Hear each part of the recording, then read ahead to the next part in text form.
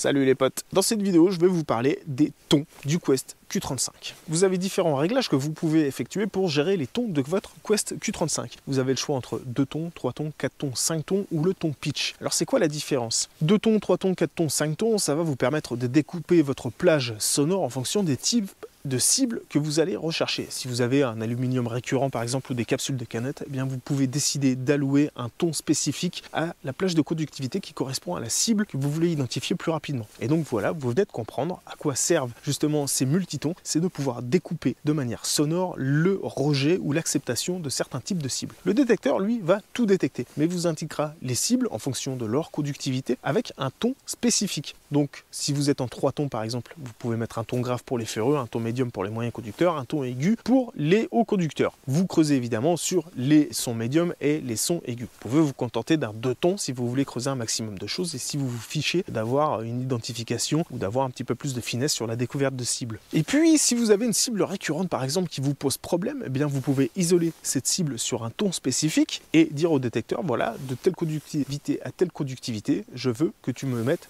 tel type de son, et ça vous permettra d'identifier ce type de cible de manière directe. Donc de ne plus vous arrêter dessus et de ne plus creuser dessus. Ça peut être utile pour gagner du temps, notamment à la plage où on a des papiers d'aluminium ou des capsules de canettes. Ça va être aussi valable dans un parc, mais ça peut aussi être valable dans un champ si vous avez des petits bouts de plomb ou des petits bouts de cuivre qui vous embêtent. Alors évidemment, vous allez inévitablement, si vous faites ça, peut-être louper quelques cibles, mais le temps que vous allez gagner va vous permettre de faire plus de surface et donc potentiellement de faire plus de découvertes. Tout est une question de choix. Nous avons, à part ces multitons 2, 3, 4, 5, un ton qui se détache, c'est le ton pitch. Et le ton pitch, c'est un ton qui est variable, qui va varier en intensité et en puissance en fonction de la taille de la cible et de sa profondeur. Là, on n'est plus sur un système de discrimination sonore, on est vraiment sur un son d'amplitude, j'ai envie de dire, qui va nous permettre directement de creuser, mais surtout d'avoir une impression de puissance. On va pouvoir aller chercher des variations sonores et donc des cibles plus profondes qu'on aurait habituellement ignorées. Le revers de la médaille, c'est qu'on va creuser beaucoup plus de cochonneries. Par contre, on va avoir plus de précision dans certaines situations. Le mieux, c'est que je vous fasse une petite démonstration des tons classiques et du ton pitch. Et puis,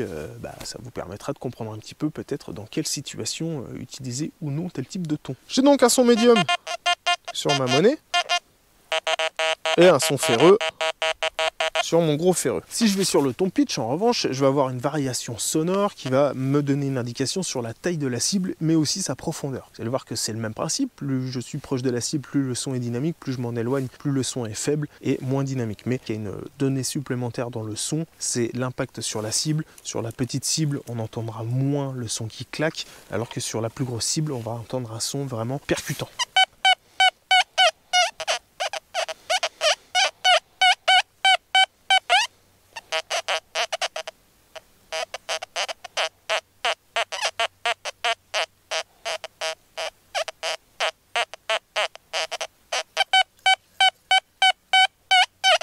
En mode pitch, on ne peut plus ajuster des fenêtres de conductivité en fonction du type de ton. Plus la cible sera conductrice, plus le ton sera aigu, moins la cible sera conductrice et plus le ton sera grave. Donc ça devient un peu plus compliqué de faire la différence entre les types de cibles. N'empêche qu'on a quelque chose de percutant et certains préfèrent avoir ces fameux sons qui sont très larges, très variables et qui nous permettent de faire des découvertes parfois dans des milieux dans lesquels les sons classiques ne feraient pas la différence. Bon, vous aurez compris que je ne suis pas un adepte du ton pitch, particulièrement sur les Quest, autant sur certains appareils c'est très utile. Ici je trouve que c'est mal maîtrisé, c'est pas très intéressant et je vous déconseillerais sur le Quest Q35 d'utiliser ce ton pitch. Néanmoins, vous savez qu'il est là et vous avez la possibilité de l'utiliser, vous pourriez peut-être avoir envie de l'utiliser.